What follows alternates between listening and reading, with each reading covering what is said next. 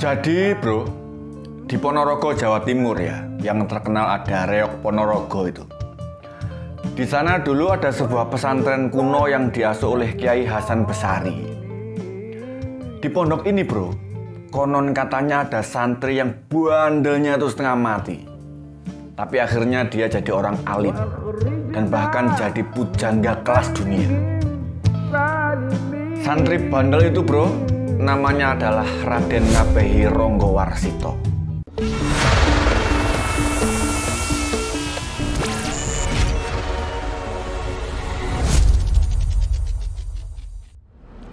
Assalamualaikum. Bismillah, alhamdulillah, Allahumma sholli ala Muhammad. Jadi bro, Raden Ngabehi Ronggowarsito ini nama kalau disebut di depan sastrawan itu bisa bikin mereka gemeteran coy. Tapi untungnya saya bukan sastrawan, jadi saya nggak harus gemeter. Saya cuman gemeter kalau istri saya ngomel. Sudah diketahui ya bahwa Raden Ngabehi Ronggowarsito ini adalah pujangga penutup Keraton Surakarta. Disebut penutup karena setelah dia wafat itu udah nggak ada lagi pujangga. Ya kalau sastrawan sih banyak, penyair, penulis puisi gitu banyak bertebaran. Tapi kalau udah sampai level pujangga itu udah nggak ada lagi. Dan itu yang ngomong bukan saya, tapi kata Raden Sastronegoro, mbahnya Ronggowarsito sendiri. Jadi pujangga ini bro, ini adalah gelar informal untuk orang yang punya keahlian menggubah karya sastra, sembari punya daya nalar dan intelektual yang tinggi, sekaligus peka dalam menangkap dan memahami tanda-tanda zaman. Istilah dalam sastra Jawa itu nawung krido. Dan ya memang demikian bro. Raden Ngabehi Ronggowarsito itu ya punya banyak banget karya sastra keren. Bahkan bukan cuma sastra doang. Beliau juga nulis sejarah, nulis tentang pendidikan, kesenian, prediksi masa depan atau jongko, nulis biografi, nulis politik, filsafat, dan banyak. Dan kerennya, ditulisnya nggak dalam satu bentuk doang. Katakanlah ditulis dalam bentuk artikel gitu. Tapi dalam bentuk prosa, bentuk puisi, prosa lirik. Keren banget. Di konten ini saya akan coba ngomongin riwayat hidup Ronggowarsito. Simak sampai mentok coy.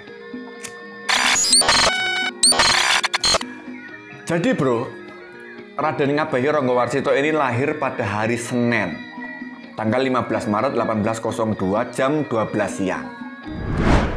Ronggowarsito ini masih punya darah yang ada bau-bau bangsawannya gitu. Dari jalur bapak, dia keturunan ke-13 dari Sultan Hadiwijaya, Raja Pajang. Kemudian dari pihak ibu, dia masih keturunan ke-10 dari Sultan Trenggono, penguasa Demak. Dan darah seninya itu mengucur deras dari nasab bapak maupun ibu. Dari jalur bapak itu ada eyang buyutnya, yaitu Tumenggung Yosadipuro I. Lalu ada kakeknya, ya kan Raden Tumenggung Sastronegoro. Kemudian kalau ngomongin jalur ibu, itu ada pujangga Keraton Pajang, yaitu Pangeran Karanganyam. Dan kemudian Raden Ngabehi Ronggowarsito bro, dulu pas kecil itu namanya adalah Bagus Burhan. Nah kita pakai nama ini dulu ya, sambil nanti kita akan cerita-cerita dan nanti akan ketemu sebab musababnya dia berubah nama dari Bagus Burhan jadi Ronggowarsito.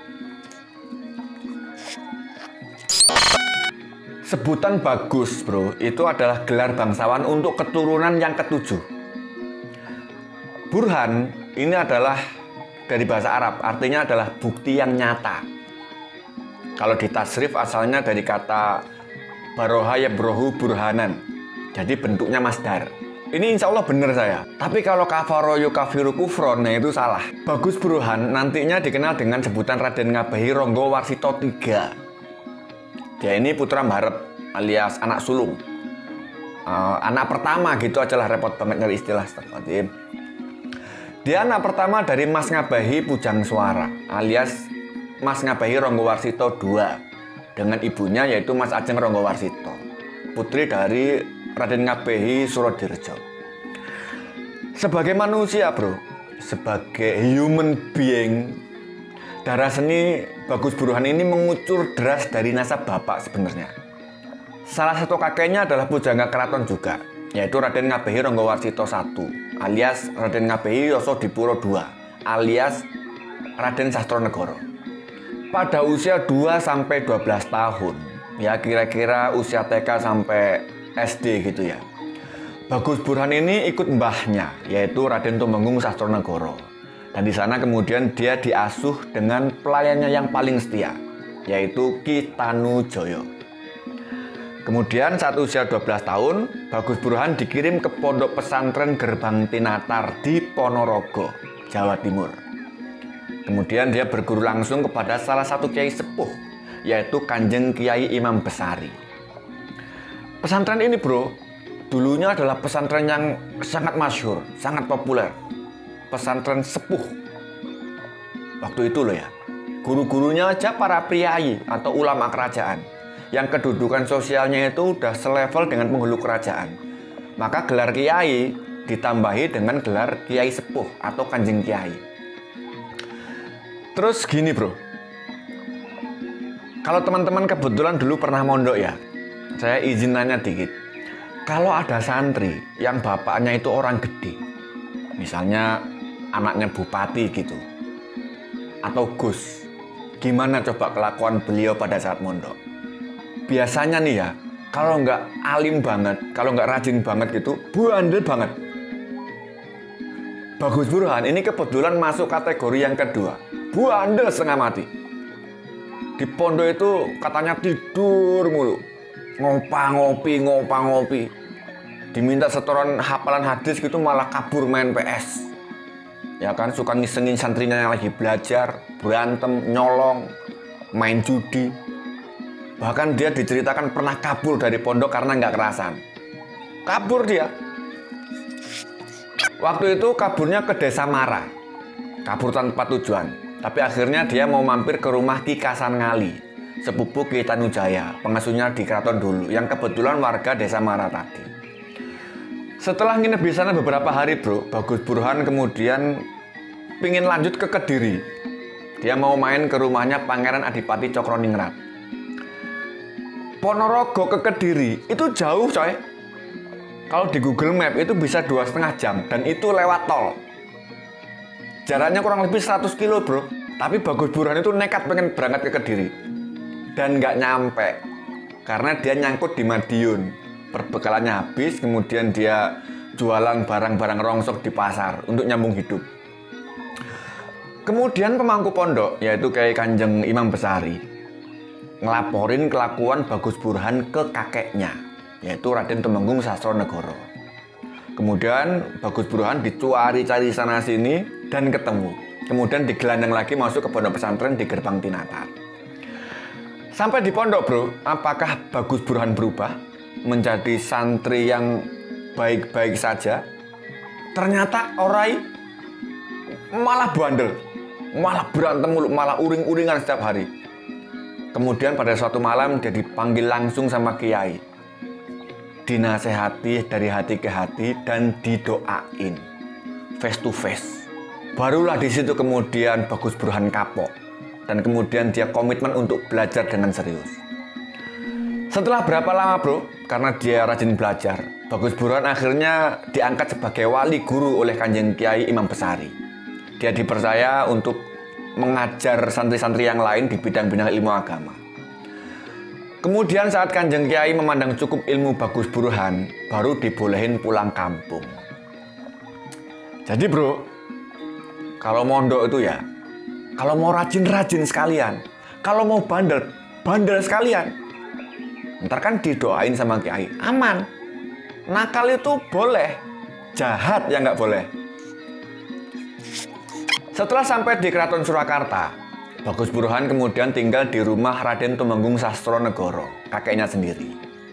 Di sana kemudian Bagus Burhan diajarin ilmu-ilmu yang kira-kira nggak diajarin waktu dulu mondok di pesantren. Antara lain adalah ilmu sastra. Waktu itu memang Tumenggung Sastronegoro atau kakeknya ya sudah jadi pujangga Keraton Surakarta.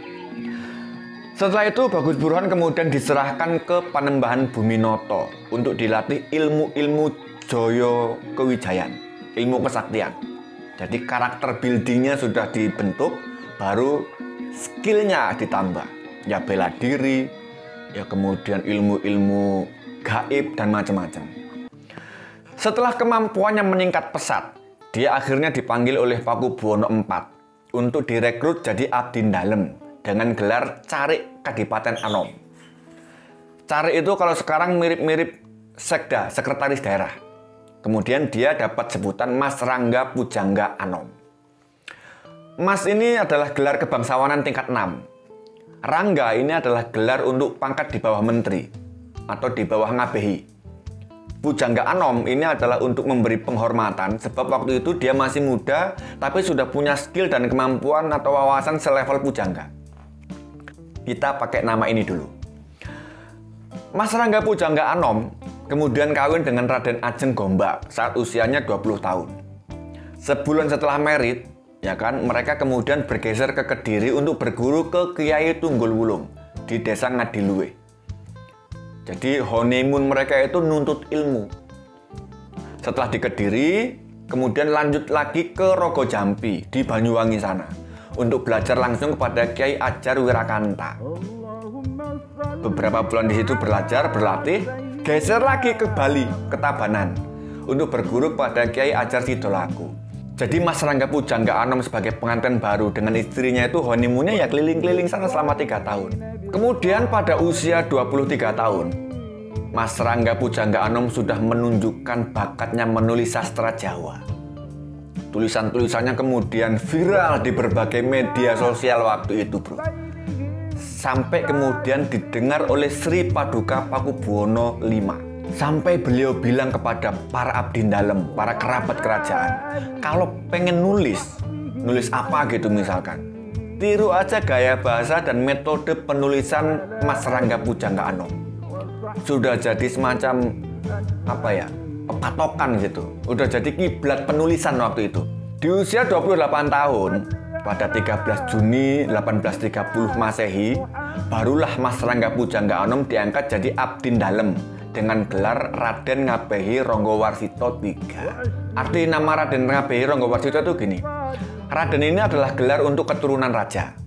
Karena memang dia keturunan raja gitu. Ronggowarsito ini berasal dari 2 suku kata, Ronggo dan Warsito. Ronggo itu adalah gelar untuk pangkat di bawah menteri, dan kemudian Warsito itu berarti ucap atau fatwa. Jadi dia adalah orang yang pantas dimintai fatwa. Mirip-mirip mufti gitu kalau sekarang.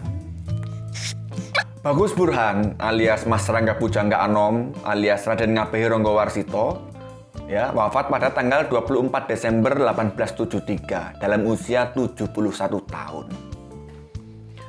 Begitu bro, riwayat singkat Pujangga Keraton Surakarta yang ternyata adalah santri Ponorogo. Cukup dulu, semoga menyenangkan dan salam hormat. Oh ya, kapan-kapan insya Allah saya akan coba bahas karya-karya Ronggowarsito yang keren-keren banget. Salam hormat bro, paseduluran selawase. Wassalamualaikum.